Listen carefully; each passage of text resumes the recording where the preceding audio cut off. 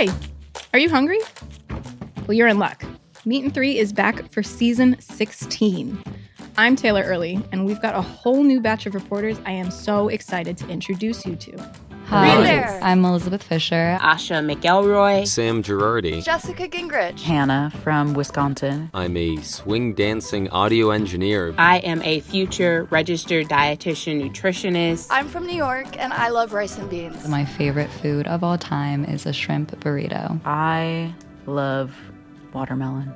We've also got a bonus podcast for you called Behind the Internship. 3 of our reporters will take you along to show how they developed stories for this very show, Meat and Three. Hi, I'm Danielle Flitter, a plant-based chef from Philadelphia, living in Mexico City. I'm Sophia Hooper. I'm a bartender based in Portland, Maine. My name is Addison Austin Liu. I am a chef and food journalist from Salt Lake City, Utah, and my favorite food is Peruvian. Rice and beans. Hand-drawn noodle soup. So tune in to enjoy a square meal for your ears. And I hope you saved a little room for dessert. During this time, it's more important than ever to support our friends and neighbors in the restaurant industry. Restaurant Workers Community Foundation has set up a national COVID-19 crisis relief fund. The money they raise will provide direct relief to individual restaurant workers, support other nonprofits serving restaurant workers in crisis, and offer zero-interest loans for restaurants to get back up and running. Visit restaurantworkerscf.org to donate today. And if you need a little extra motivation, you can DM your $20 donation to RWCF's co-founder John DeBerry on Twitter, and he'll give you directions for making a signature quarantine cocktail. Donate now at restaurantworkerscf.org.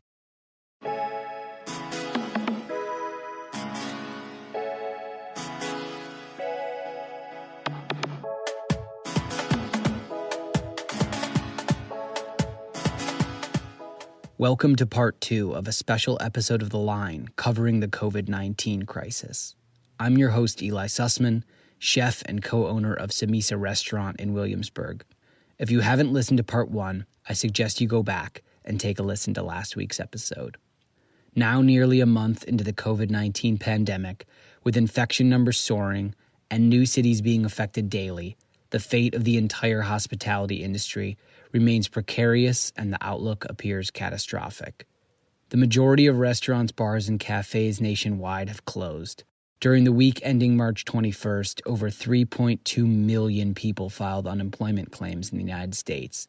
This was 5 times higher than any week previously in our nation's history. For many, unemployment assistance will not match their pre-COVID wage.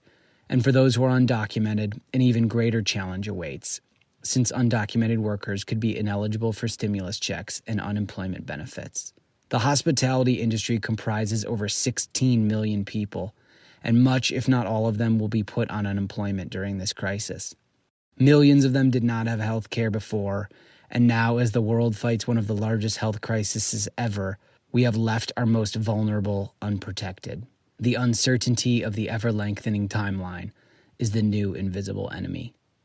Business owners, accustomed to weathering the cyclical nature of seasonal sales, the roller coaster of small business ownership, familiar with navigating the local bureaucracy of permits, filings, payments, and regulations, have been introduced to a whole new series of monumental challenges. In February, it was prep lists, invoices, and payroll. Now it's understanding federal stimulus bills, connecting with local government relief programs, negotiating with landlords, lobbying politicians, converting restaurants to free meal sites to feed out-of-work neighbors, and forming coalitions to enhance and focus public pleas for financial assistance. In this episode, more stories from chefs and owners still processing what has happened to their businesses since the emergence of COVID-19. Stories of worrying about the future and of lacking personal purpose, and stories of hoping for survival. Stories of energizing the industry to come together and to fight for its own existence. The first audio you'll hear is from Akhtar Nawab, a chef and owner with locations and projects in New York City, New Orleans, D.C., and Omaha, Nebraska.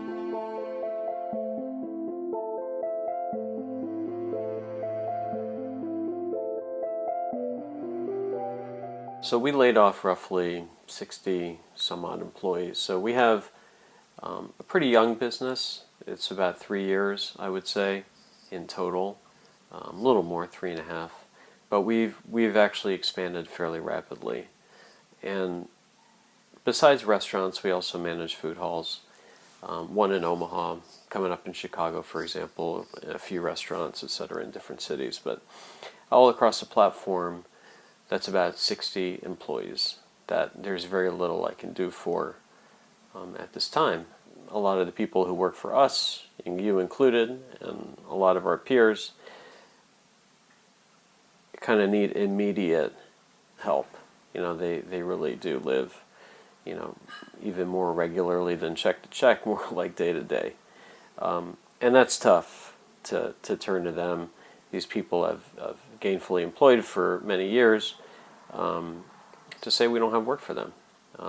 One of the most important things about my job is, I guess, I consider myself an employer, which I am, but it's a proud part of my job, is to employ these people, and feel good knowing that they're able to take care of themselves and their families with the work that we have for them, and we're lucky to have it. So when it's taken away, in kind of the capacity it has been, it feels like you've been stripped of something very meaningful. And that's hard to accept in a lot of ways. We closed all our businesses, so all in that's, 1, 2, 3, 4, 5, 6 places altogether. And I'm a little bit luckier than some, I guess. I'm able to work from home on some of the projects that are still forthcoming. But it's not really the work that I can extend to others in some ways. So it's been a very kind of difficult readjustment, and I guess I could liken it to when my restaurant closed in 2008. The first time around, when it was gone, you have this moment of, who am I? What am I doing? And I guess I kind of having that moment again, obviously with a little more experience than I had as a younger kid when I closed it the first time. But I feel like I'm having that moment again where, what am I doing? Who am I?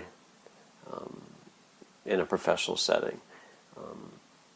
Because I'm not surrounded by those same people that I have been every day for the past 3.5 years, and longer for some people who worked for me. I'm hopeful that our community of chefs and restaurateurs and friends who can identify with what we do can cobble together kind of a plan that hopefully in the future will be formidable and not derailed by something like this in the future. But yeah, I'm in the same boat as everyone, I guess. So trying to find the good in it and come out the other side of what we're dealing with. I guess for me, a better person and a better employer. Hopefully it translates to better chef and better experience for everyone who comes in down the road.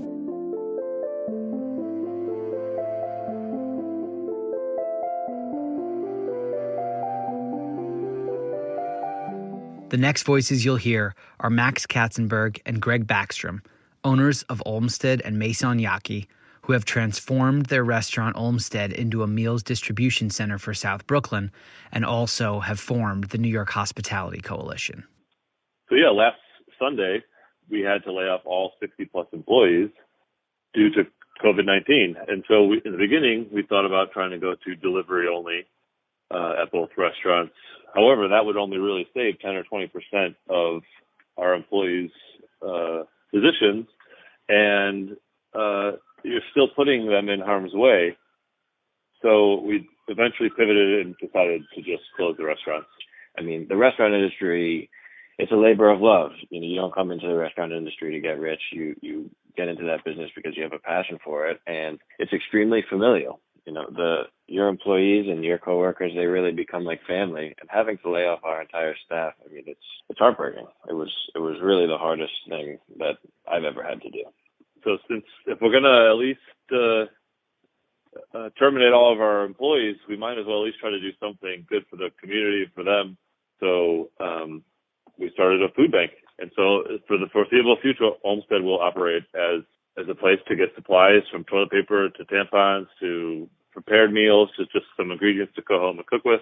Yeah, I mean, we laid off 60 people. The industry in New York City laid off about 250,000 people. And they all have food scarcity right now. I mean, they're all making sub-minimum unemployment. And to be able to turn Olmsted into a food bank that's geared towards, hospitality worker relief, it's just incredibly rewarding. And we've had an outstanding response so far. The way I kind of look at it is that we are fortunate enough to be in a position to help people. So therefore we should. When we finally decided on that Tuesday, so on the 5th day after Friday the 13th, to shut it down entirely, we sat back and we really started to feel the enormity of what we're going through as a country. And as the days went on, we realized that the government was a little disconnected with the hospitality industry operators.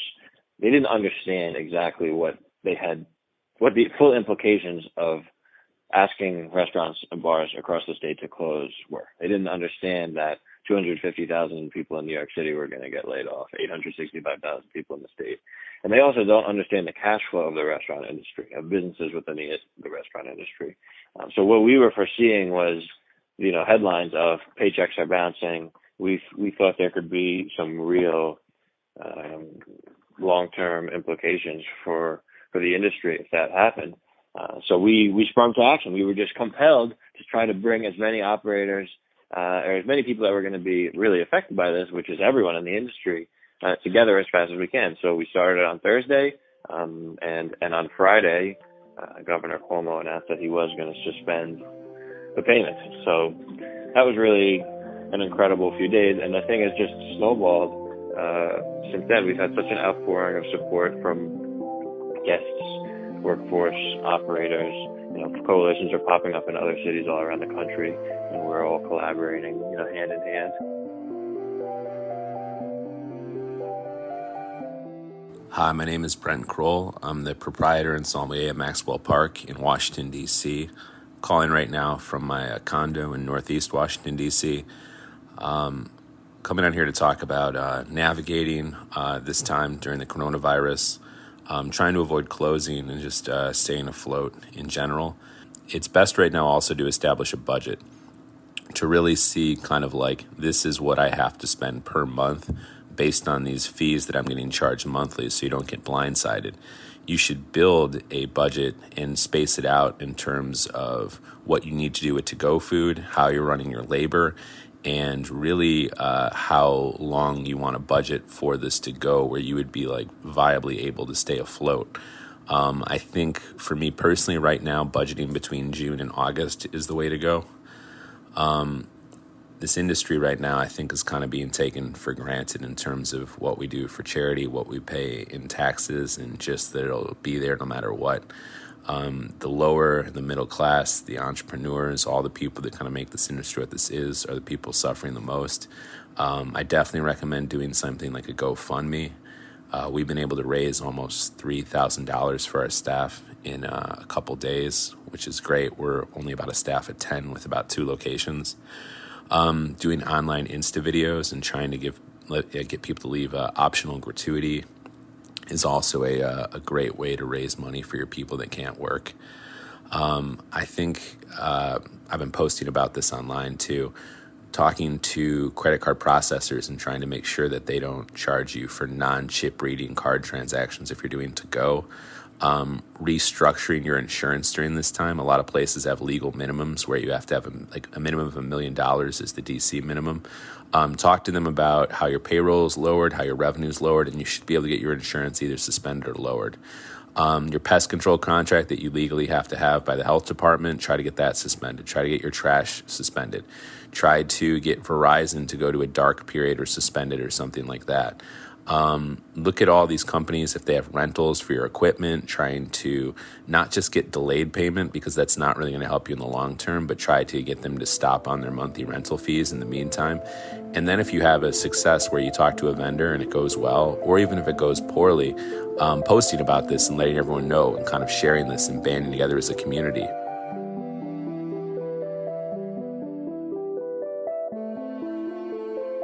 We're going to take a quick break. Stick with us.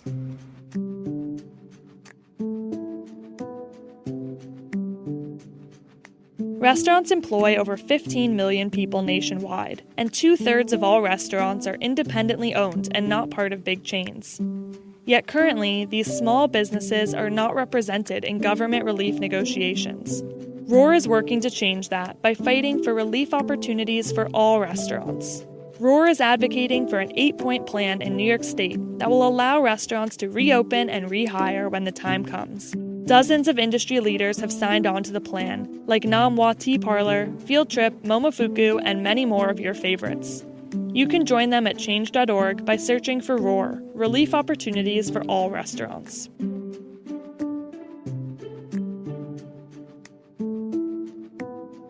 Welcome back to The Line. In this episode, part 2 of our special covering the COVID-19 crisis, we're hearing chefs and owners, in their own words, talking about their futures and the future of the hospitality industry. There is so much uncertainty right now, and owners are struck by a new set of questions keeping them up at night. Will the government help me and my team make it through this crisis with the proper level of aid?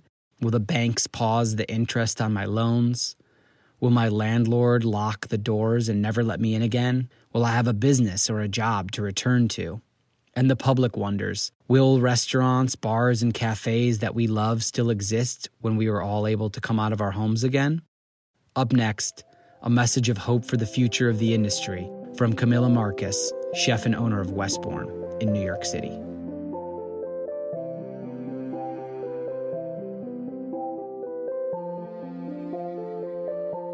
You know, our industry is facing an unprecedented, horrendous challenge with so many people's lives at stake, most importantly. And we're fighting hard. We're fighting hard to protect our teams and to hopefully reopen to take care of our communities again. And all while, obviously, we all face one of the greatest health crises, certainly of our generation, across our country. The only silver lining for me really has been to see, your soul is really tested when there are real challenges present. And for me to see, our industry rise up and finally coalesce and come together in cities, in states, across the nation, independent restaurants, and the amazing, incredible, talented, and heartfelt people that take care of our public day in and day out, really fighting to be taken care of in turn and taking care of one another. It's really brought out just a tremendous amount of courage, leadership, passion, empathy, and bravery on the part of so many people that I've admired for so long, that I care about, and to hear their voices emerge, to hear them come together as one, and to see really their courage and bravery to get our industry saved and hopefully stabilized and reemerged on the other side of this.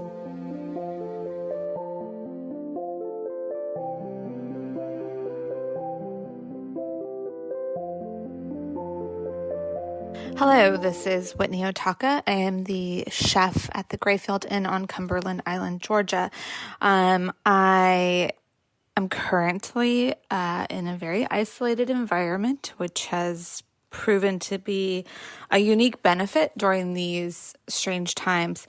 So we decided collectively as a business to shutter for 2 weeks. It was very interesting to make that decision, and it really was in order to help sort of our staff and to help the general public in, again, not spreading the disease, because we are a popular place to be during this time, oddly enough, because we're so remote. Generally, Cumberland Island only has a population of about 50 people. It's a national seashore. There's no roads to Cumberland. You can only get here by boat or plane. And the inn itself can only accommodate up to 32 guests. So in general, it's a fairly sort of isolated place with limited contact with other people. So now that we're closed, we're in a very fortunate position where we've taken this time on as a deep cleaning. So we have allowed or asked any staff that wanted to stay on the island to stay, and anyone that wanted to leave can leave. The situation being that we are not running any boats back and forth between the island and the mainland, which means we're kind of stuck here. So that allows us to sort of keep our staff safe from getting any contact with anyone that might have the virus. I am uncertain. I wouldn't say I'm neither afraid or optimistic right now. I guess being here is interesting too, because the only thing I really have access to, I can't really see the day-to-day movement of my community. I can only see this remote, beautiful island, and read the news, learning today that, my home state, California, is kind of in lockdown, and seeing my siblings in that situation. It leads me to a lot of uncertainty about what will happen. I do know that this has been very hard on a lot of my peers in the restaurant business, which is very hard to watch from such an insulated place. But I do believe that the hospitality industry is very, very strong, and I think that we will rally and pull together and help one another.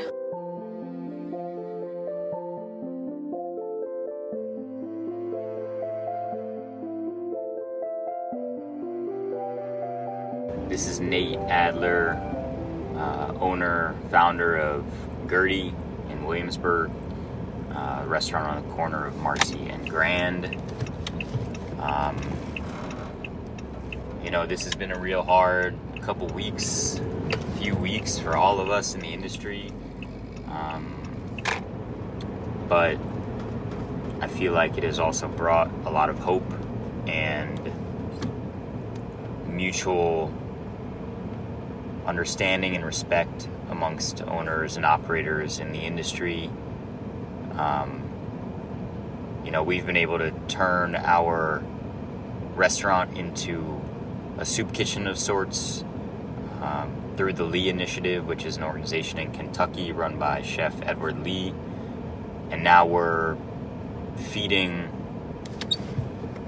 over 200 people a day, hospitality workers that are out of work, as well as hospital workers and the volunteers and employees of City Harvest. And, that makes us feel really good about the ability and the power of having a place that you can bring people and feed people, even in a crisis like this. Hope all is well. Be safe, be healthy, and stay up.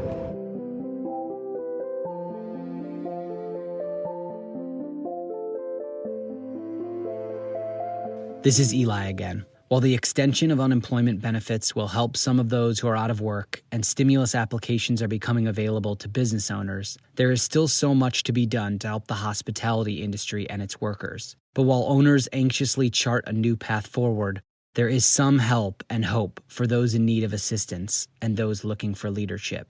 Hospitality workers are creative, resilient, and incredibly scrappy bunch. We are seeing unprecedented organization utilizing social media as a platform to disperse relevant information, share best practices, keep spirits lifted, and alert people who are food insecure about accessing free meals. Organizations like the Lee Initiative, New York Hospitality Coalition, Roar.New York, RWCF USA, and the Independent Restaurant Coalition are all working hard to feed, advocate, and educate to aid workers and small business owners. To find out how to get involved and advocate for the hospitality industry and for up-to-date information for business owners and hospitality workers, follow me on Instagram at The Sussmans and go to heritageradionetwork.org/COVID-19, where we have resources and a running list of our COVID-19 coverage. Special thanks to Dylan Hoyer for producing this episode, and of course, those who shared their stories. I'm Eli Sussman for Heritage Radio Network. Thanks for listening. The Line is powered by Simplecast. Thanks for listening to Heritage Radio Network, food radio supported by you. For our freshest content, subscribe to our newsletter. Enter your email at the bottom of our website, heritageradionetwork.org. Connect with us on Instagram and Twitter at heritage_radio. You can also find us at facebook.com/Heritage Radio Network. Heritage Radio Network is a nonprofit organization driving conversations to make the world a better, fairer, more delicious place. And we couldn't do it without support from listeners just like you. Want to be a part of the food world's most innovative community? Subscribe to the shows you like, tell your friends, and please join the HRN family by becoming a member. Just click on the beating heart at the top right of our homepage. Thanks for listening. I want to tell you about a new podcast called Amuse News. Publishing multiple days a week, Amuse News is your source for food news, interviews from around the food world, and more. On the show, we'll be engaging with food storytellers, from chefs to advocates to people working in the field, and many more. Find Amuse News wherever you get your podcasts. Amuse News is a destination for everyone who's looking for a new, insightful look into the world of food.